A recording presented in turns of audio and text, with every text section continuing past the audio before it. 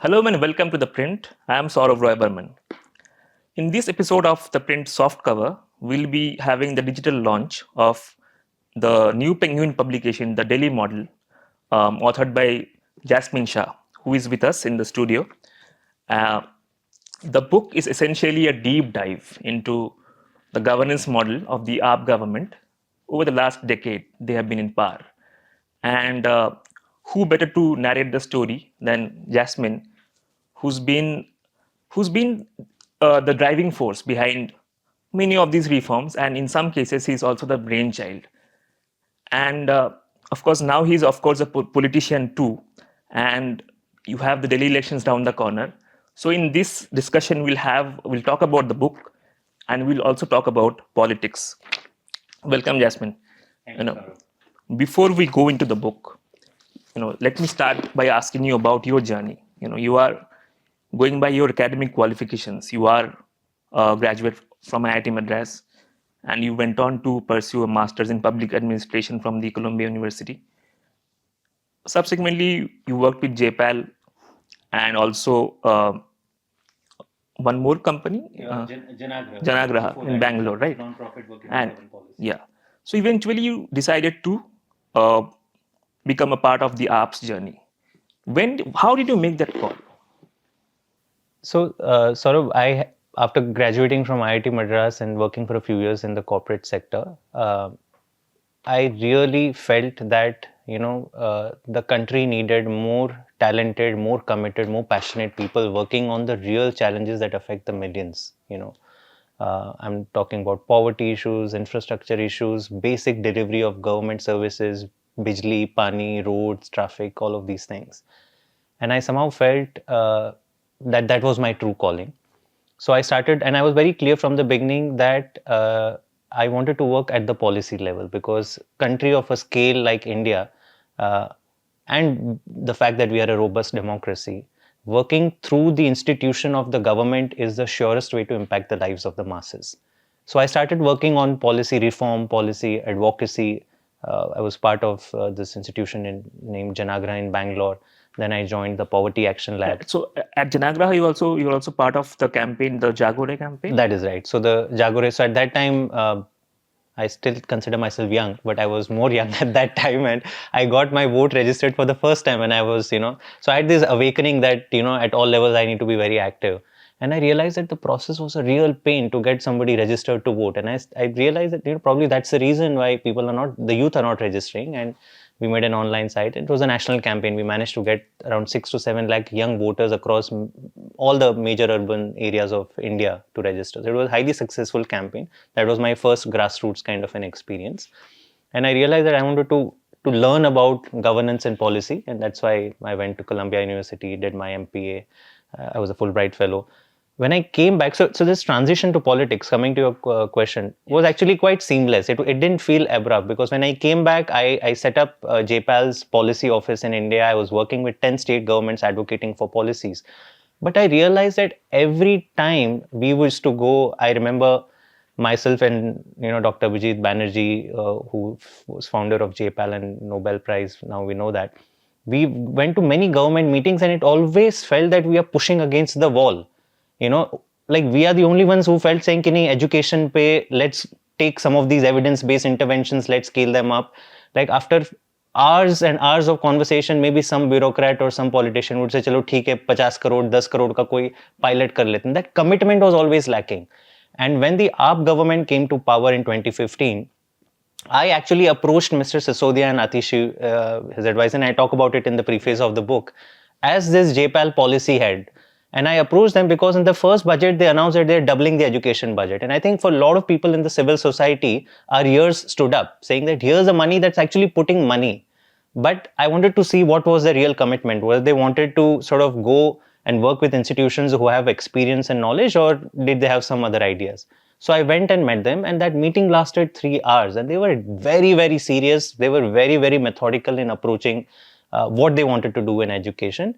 And that association with the leadership of AAP began there. And I think over the course of the year, I realized that, if somebody like me could influence at the scale of the government from inside, then why not? And I was invited by Mr. Sisodia to be part of the team. So that's how the journey started. And, I've realized that the distinction, if you're working on policy, the distinction between policy and politics is very, it's thin, because eventually it's your political ideology that influences your policies. AAP invests 40% of its budget in health and education, not because one or two people have a funny policy idea. It's part of their political ideology, and which is what I talk about in the book. That investing in human capital is what will build a great nation, what will build a developed India. And if that ideology is lacking in the political bosses, it will never translate. That commitment will never translate at the ground level, because it's a very hard thing to do. To reform a government-wide education and health system, there's a reason why it's not happened in most parts of the country, because it requires continuous and consistent investment and attention. When you started off, AAP was a newbie. It was the latest entrant in Indian politics, and it had made a lot of commitments. So, how did you get swayed by the commitments? In the sense, how did you get? Why did you think they will actually work on these commitments? So, I experienced it. Let me just say that it was not one conversation. In 2015, 4th July 2015, I remember, was the first time I had this meeting as the policy head of JPAL. We discussed about education. Over the course of that next 1 year, I worked alongside with them to see whether those conversations and those commitments translated into reality. And I saw that happening. So when you see and it was a government like nobody else, because these were people who were not typical politicians. Nobody had a political background. And how approachable were they were, how accessible they were. For me, it was a very, very refreshing experience. And at the end of that journey, when Mr. Sisodia said that, Jasmine, we need people like you inside the government, because bahar se to itna hi ho sakta hai. That was his words. And I realized that, no, that's true. And for me, politics was never a no thing. For me, it was like the bar should have been very high, that I should be able to fit and relate with the people who are truly passionate about governance and impacting the lives of people, and whose priorities broadly match mine. And over that course of 1 year, when I saw that, on multiple fronts, in 2015, these Mohalla clinics were launched. They are truly, in the scale of what it impacted, for the first time, primary healthcare affordable at the doorstep was provided anywhere in urban areas of India. So, if you see sector by sector, around 2015-16, the journey had begun. So for a person like me outside working in the development sector, there were enough signals that there's something special going on over here, and I wanted to be part of, this journey. Of course, you said politics was never a no-go zone for you. Yeah. For someone who's encouraged young people to come out and vote, absolutely, that cannot be a no-go zone. So coming to the book, this book, you have titled it The Delhi Model, and something you have tried to explain in great detail in the book, throughout the book. But for our viewers who may not have gone through the book yet, if you can summarize, what exactly is the Delhi model? So the Delhi model has, for the first time in independent India, it's created a model of governance which prioritizes investments in human capital, building human potential of our people, while providing high quality public services to all citizens. At the same time, it also believes in creating a social security net for the most vulnerable. Now, I'll tell you what it means. It also means that, traditionally there is an economic model being followed by almost all the establishment parties, be it Congress, BJP, that, GDP growth is the one that you need to chase. And for that, give big SOPs, big tax subsidies, big loan waivers, to rich industrialists. PLI scheme is one example. NPA write-offs is another example. But never invest in health and education for the masses. And that's, we are one of the least investing countries on health and education globally. I'm talking about out of 180 countries, we are at 170th. So here comes a party, here comes a government which flips the entire ideology. And it says that, for us, trying to create growth from the top, we have seen this for the past many decades, and it has failed the nation. If you see on health and especially on human development indicators, India performs very, very poorly. It's at 160th ranking or something. So the surest way to develop the nation is actually by investing in the human capital, which is, health, education, good quality electricity, water, public transport, all these services that allow people to prosper. And if the middle classes, if the lower classes of the country prosper, then that prosperity, I mean, and you put some money into their pocket, then they will invest, they'll create demand in the economy, and automatically that prosperity will lead to more economic growth and industrial growth. So I present it as a distinctly unique and independent model of governance that India has never seen. So you talk about the trickle-up economic model also in your book. You talk about Joseph Stiglitz, yes, and you have had conversations with him also, I believe. So not on the book, but he was at Columbia University as a professor. So I have been to part of his public lectures, and I have been quite influenced by his thinking. He was I think Nobel laureate around 20 years back. So he's been one of the leading thinkers questioning this obsession with trickle-down economics. And I think, world over, if you see, in America, you see that for 30 years, Joseph Stiglitz came up with a book in 2015, I believe. And he talks about that the previous 30 years, from starting with the Reagan era, most of these subsidies and most of these tax cuts have gone to the rich. But if you look at the average minimum wage in US, that has stagnated for the last 30 years. So he says that a economic model in which only the top 1% or top 10% of your population is prospering over 30 years, while the bottom 50% is completely stagnating, is a failed economic model. Like 30 years is too long a period to say, let's wait for more period. And he says that what is actually needed is to invest in the middle and the lower classes, invest in their education. Because if you think about intergenerational poverty, how will a poor person escape the loop of poverty? Only if they get the same quality of education that a rich child gets, because then they are competing on the same potential. Then it's only the question of whether the inherent potential is better or not.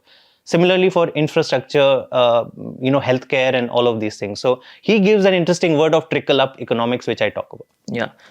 So, do you also feel that post 1991, post economic reforms in India, India has also by and large followed that economic model, the trickle down model? And do you think India has suffered due to that? Do you attribute India's widening inequality to that? I absolutely do. I have one of the chapters in my book titled Trickle Down versus Trickle Up Economics, where I start by Joseph Stiglitz's work, but then I look at what is the journey that India has taken post liberalization.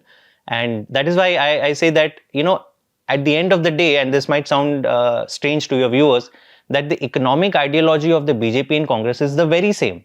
Both of them have believed in giving large freebies and subsidies to the industrialists. In the UPA regime, you had this entire original NPA crisis originated from the UPA regime. I mean, without any kind of a check, you gave thousands and thousands and crores of loans, and then you were happy to write them off. The SEZ policy came at that time.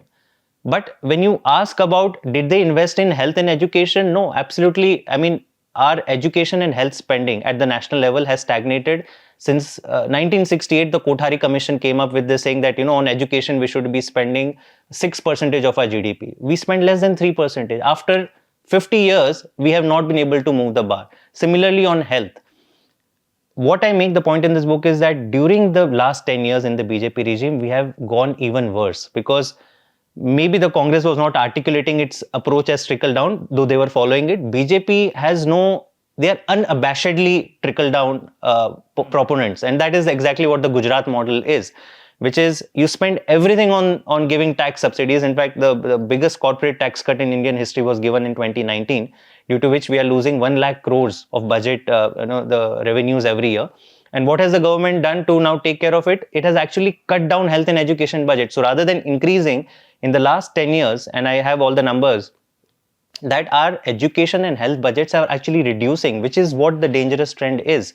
And India is probably the only country globally that has cut its health budget even after the COVID-19 pandemic. At the same time, and I quote the work of the economist Thomas Piketty, and I think that one chart is very revealing. You look at that chart and you realize what is going on in India. For the last 30 years, the gap between what the top 10% of the country are earning and the bottom 50 is increasing. The bottom 50 share is going down, top 10 is going up. And it's been going on for the last 30 years. And I think that is where I see fundamentally, we are failing the bottom half of our population. Going by the experience of the Aam Aadmi Party, investing in health, education seems to be a good political idea too. It helps you win elections. So why do you think the other parties are basically maybe replicating that model? What's stopping them from doing that? I would love for them to hear this, Sourav, and try and do it. I have two hypotheses or two reasons why they don't do it. Number one, uh, I do believe that corruption is the center of most of these establishment parties. Spending on education, where you're actually spending on more teachers' salary, desks, cleaning toilets, उसमें आपको corruption money आसान से मिलना is not easy, right? But if you want to do a big mega infrastructure projects, NH highways बना दो, bullet train डाल दो, these are big ticket infra projects. It's very easy to earn commission money. That's number one. Number two, it's very, very difficult to reform education and health. You're not talking about building a highway where आपने एक private contractor को दे दिया and you monitor and you can get a good highway built. In Delhi alone, Delhi is a small state. We have more than 1,000, around 1,060 government schools. We are talking about a system which has 55,000 teachers, 3,000 principals, vice principals. So if you have to reform this system and actually show better outcomes, you have to work with such diversity of stakeholders that it's not easy. And I hope my book does the justice of telling what that journey has been for AAP. We had an education minister who would get up 3 times a week at least, every day at 6 a.m. and show up, on a surprise visit in a school.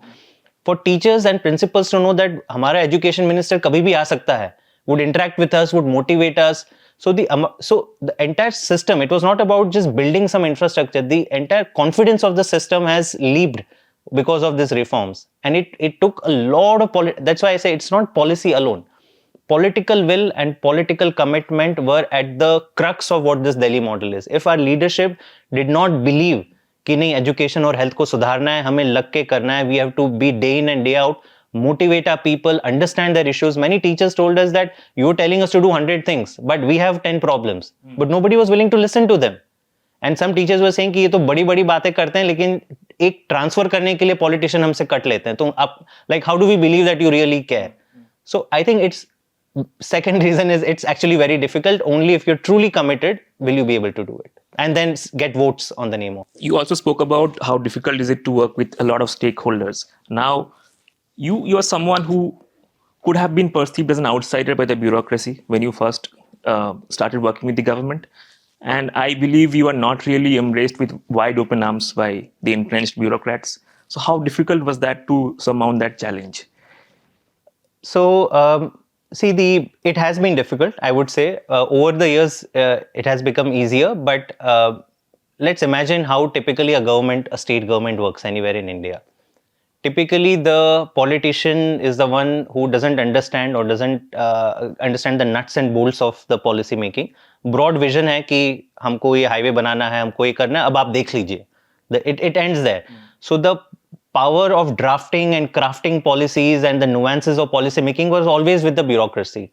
Here comes an AAP government, and I talk about this in the afterward section of my book, where the ministers were actually setting the priorities and agenda, but also getting into the nuts and bolts. And along with them were this layer of advisors and a body like the Dialogue and Development Commission, which is the policy think tank of Delhi government.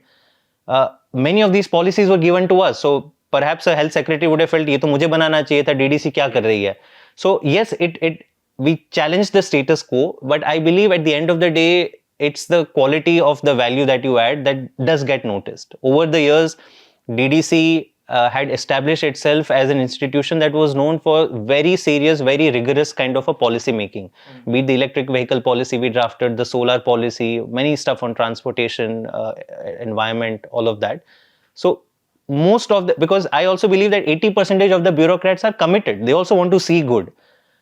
Normally when they see these outsiders poking their noses, they like कि नहीं ये अपना कुछ करने के लिए इधर आया है. See, typically what happens is that a lot of these outsiders are like they're trying to probably tweak to get a private benefit. It's a question of intent. Intent and integrity. कि who are these people? उनका motive क्या है?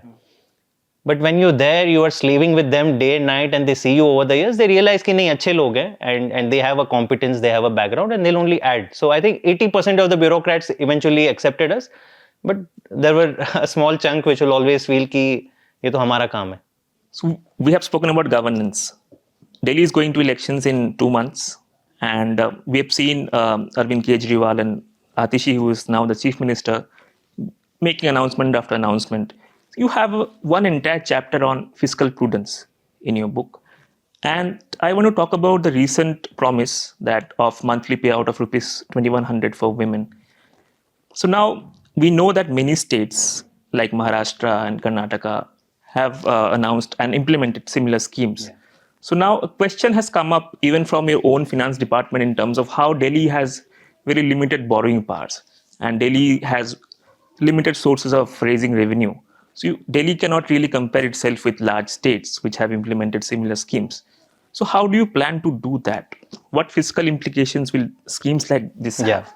No, I think it's an important question, but I must say that when these internal notes of the governments are leaked out, they are typically done with an ulterior motive. And why I have an entire section devoted to fiscal prudence is because Delhi government has actually shown that while investing unprecedented amounts on human capital by giving, as I said, a social security net for the vulnerable, be it the free bus rides for women, high minimum wages, we're talking about free electricity and water for the vulnerable sections up to a certain limit. That's because we have actually managed to grow our budget and revenues at unprecedented level. For 5 years before the AAP government took over, I remember the Delhi's budget was around 25,000 crores in 2009-10, and coming 14-15 it was 30,000. 30,000. So 1,000 crores per year se बढ़ रहा था budget.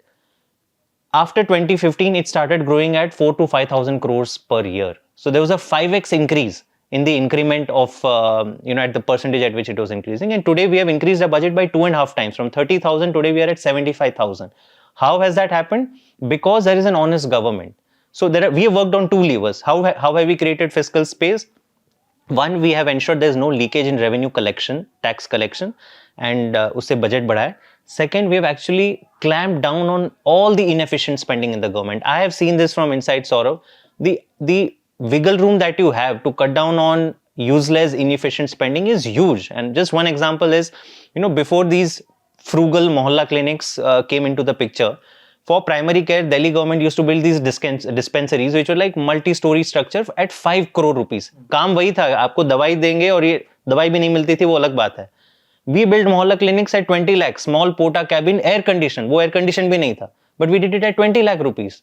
You look at the 20x kind of a jump down. Similarly, we did in hospitals. Similarly, we did in flyovers. So we cut all the unessential spending, created the space, and we say that, we cut this political corruption that happens typically in all the governments. And sum total of all these subsidies in Delhi adds to 7 to 8%. Now, as far as this new scheme is concerned, Delhi today has the lowest debt to GDP ratio in the country. So if anybody says कि नहीं इससे debt बहुत बढ़ जाएगा, Delhi is at 4%. Gujarat is at 20%. Madhya Pradesh, which was the first to offer Ladli Behna, is at some 35% debt to GDP. So Delhi is already very, very fiscally prudent. And अगर ये 4 का 5% भी हो जाता है, which may still not happen because our revenues are growing. We continuously keep optimizing on what else to spend on and what not to. So as per our own assessment, it is not going to be a problem at all. And that's how eventually the cabinet green flagged it, and the policy is for 1,000 rupees, it's already implemented. तो कुछ लोग बोल सकते हैं, some might argue that Delhi is essentially a city state, and you do not have a lot of challenges that other bigger states face in terms of inflated pension bills, which go on increasing year after year. So naturally you have that space to splurge. Now you are also in power in Punjab, where the economic situation is not healthy, to put it mildly.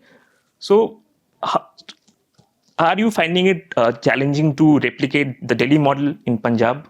No, I would not say that. Now, let me give a caveat to this conversation that, Delhi does not have these other obligations. But then Delhi also doesn't get central commission, the finance commission funds. Because Delhi is regarded as a UT, so there is a divisible pool of taxes, right? All the GST, all the indirect taxes get divided and some 42% go to the states. Delhi doesn't get a single rupee out of that. तो आपने हमारे कुछ खर्चे उठा लिए, लेकिन आपने हमारे revenues भी काट दिए. So net, if you had given us that, we would have been like a full state. And I make the case that Delhi actually should be a full state. It's a completely khichdi and Delhi cannot govern itself like this for too long. For Punjab, yes, the starting point of Punjab is that it was a bankrupt state. For 30 years, each government came and increased the indebtedness. Over the last 2.5 years that AAP has been power, the debt to GDP ratio has actually reduced. For the first time, Punjab has started turning a corner. Will we be able to replicate all stuff that we have done in Delhi immediately in Punjab? Probably not. But in a 5-year period, we are very confident that, and you see those examples. Today, Punjab has more than 800 mohalla clinics because it's a full state and we've actually invested in that. Delhi, after 10 years, could build 500, 550 mohalla clinics because center doesn't allow us to build mohalla clinics. It doesn't give land, it doesn't give money, nothing. But Punjab ne 800 bana diye. Punjab mein we are implementing a lot of the school reforms. You see the parent-teachers meetings happening, business blasters got inaugurated. All these things are talked about in the book. So, hoga, shayad thoda dheere ho, but as I said, this is primarily a function of political intent and political ideology first. Then the management comes in. Then the fiscal prudence, kaun kisko up, how do you stagger these reforms? Even in Delhi, not everything happened in a day. I talk about how we had to stagger some of these reforms. So Punjab mein bhi wahi hoga. We are very confident that we will be able to showcase, bulk of the stuff we have done in Delhi as much as it is relevant for Punjab in Punjab. How relieved were you when Mr. Kejriwal walked out of jail earlier this year? It was a very emotional moment for all of us. To be very frank, the kind of political assault and vendetta that we have seen on the entire leadership of Aam Aadmi Party. I don't think in independent India any political party has been subjected to this much of vendetta. I don't think number 1, number 2, number 3, number 4 सबको आपने एक साथ jail में डाल दिया. And it was not just कि चलो एक fake case में आपने जेल में दिया. We all knew at the end of the day we knew who are we up against. BJP is a political force that we know that for them no rules matter. Eventually they want to vanquish their opponents. They want to win elections. What was extremely troubling is what they did with Mr. Kejriwal while he was in jail. And I think your viewers know that he is a highly diabetic person. He takes 4 insulin shots in a day. And the BJP inside Tihar jail instructed that his insulin be stopped. For 15 days, his insulin was stopped. We had to go to the Supreme Court. And Supreme Court constituted an AIMS panel and AIMS doctor said, no, he needs insulin. So the patient saying कि नहीं मुझे मेरी दवाई चाहिए, the BJP was not. The Supreme Court and AIMS doctors had to say. That was number 1. Number 2, बीच में there was lot of fluctuation in his sugar level. He had to consult 2 times the doctors a day. And the central government did not allow it, saying that नहीं आपको हम नहीं करेंगे. So the kind of pain, he was put in solitary confinement. And I think your viewers need to know what is a sitting chief minister being put in solitary confinement, not allowed to meet. They wanted to break him emotionally. Not just that, the kind of disrespect that he was shown, that when another chief minister, Bhagwant Mann, wanted to go meet him, they, like normally for all these senior politicians and all, they allow a face-to-face meeting in a room. But across a glass window through a telephone is what you typically, the hardened criminals and terrorists को आप अपने परिवार से वैसे मिलवाते हो. So these were kind of the abuses and disrespect. I think a lot of us, even those who were outside, were very troubled. It was a very difficult phase, but it strengthened our resolve. I think at the end of the day, as they say, what doesn't kill you makes you stronger. Having seen that phase of the party and actually having seen that everybody stuck together, and I think that was as I say, the final silver lining in it. The families stood steadfast. Many times the families break down and they say, "Nee, opt out of politics and stuff." But thankfully, nothing of that happened. And I think today, AAP is a much, much more stronger force to reckon with than probably it was 2 years back.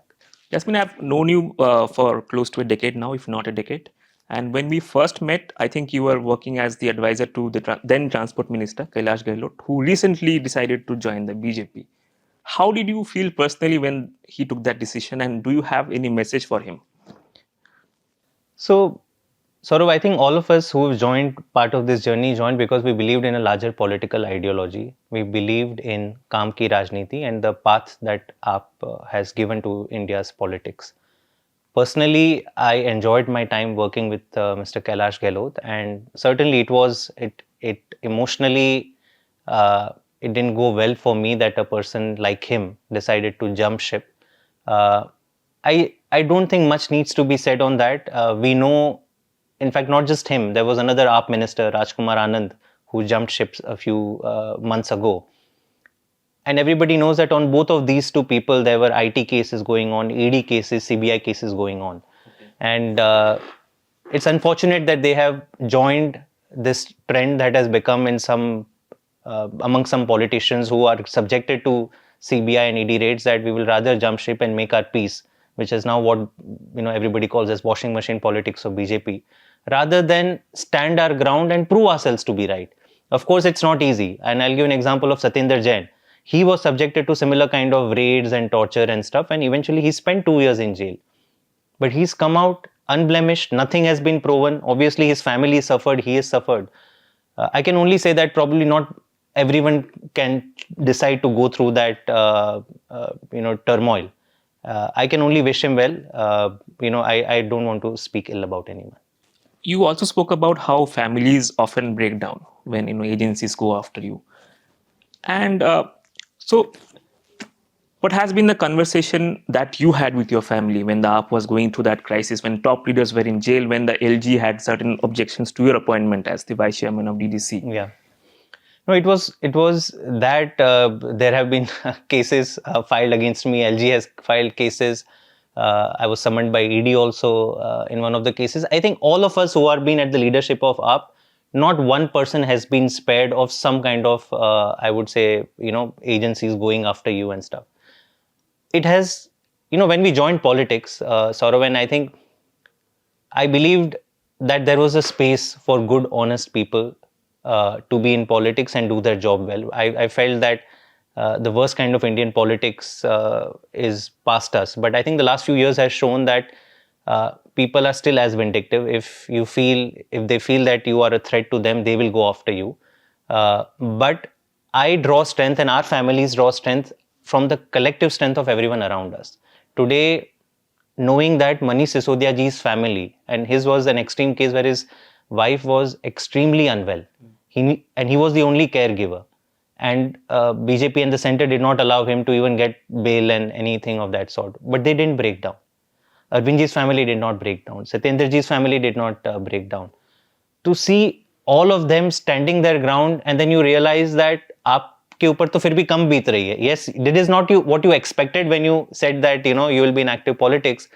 But we realize that probably this is the price you have to pay if you really want to chase your ideals, if you really want to chase your passion.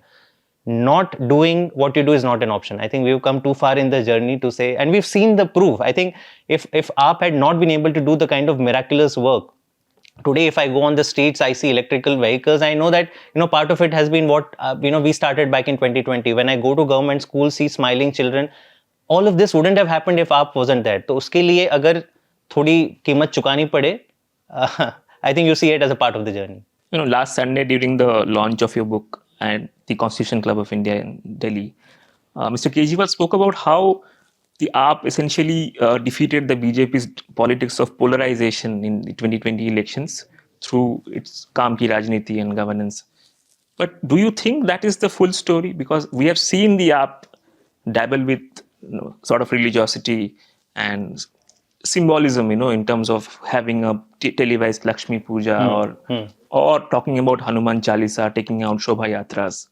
So AAP has also flirted with, that style of politics? No, so I think there is just no comparison. Let me just first say that as a country, we are intrinsically a religious country.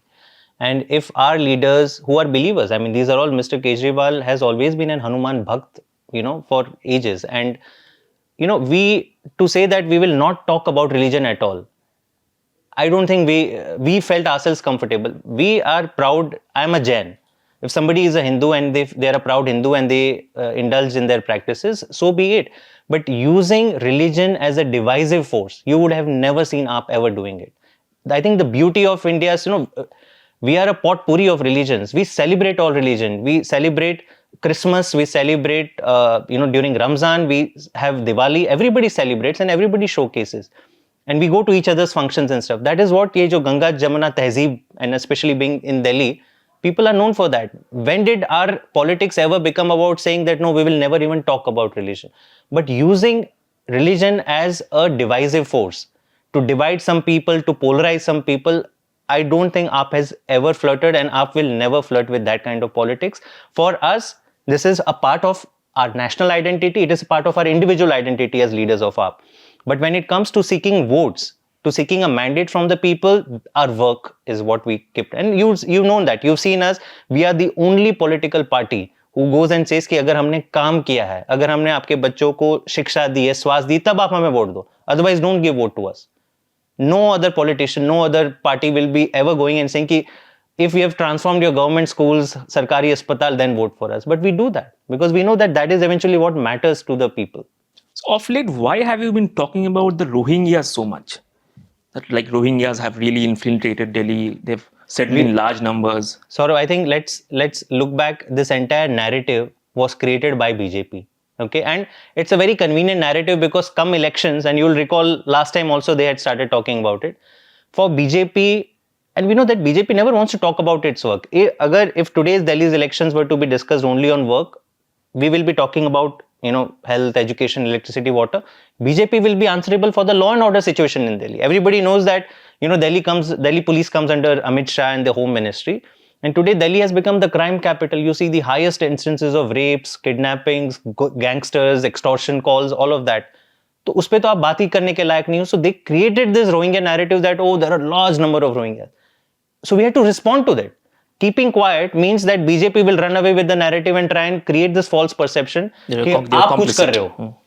And we have this. I mean, I think you've seen Hardeep Singh Puri's tweet from August 2022 where he's saying that, oh, the central government has decided that we will now make sure that Rohingyas will stay at EWS flats in some part, and we will give them security. His claim, I think, immediately. The MHA had dismissed his claim. No, their own minister's claim. No, but it was an official statement. It is still there. He's not deleted his tweet. He has not deleted his tweet. He's not deleted his tweet. So, it's part of, everybody knows. अच्छा ये Rohingya अभी नहीं, झारखंड में भी you're aware, in Jharkhand they create Rohingya.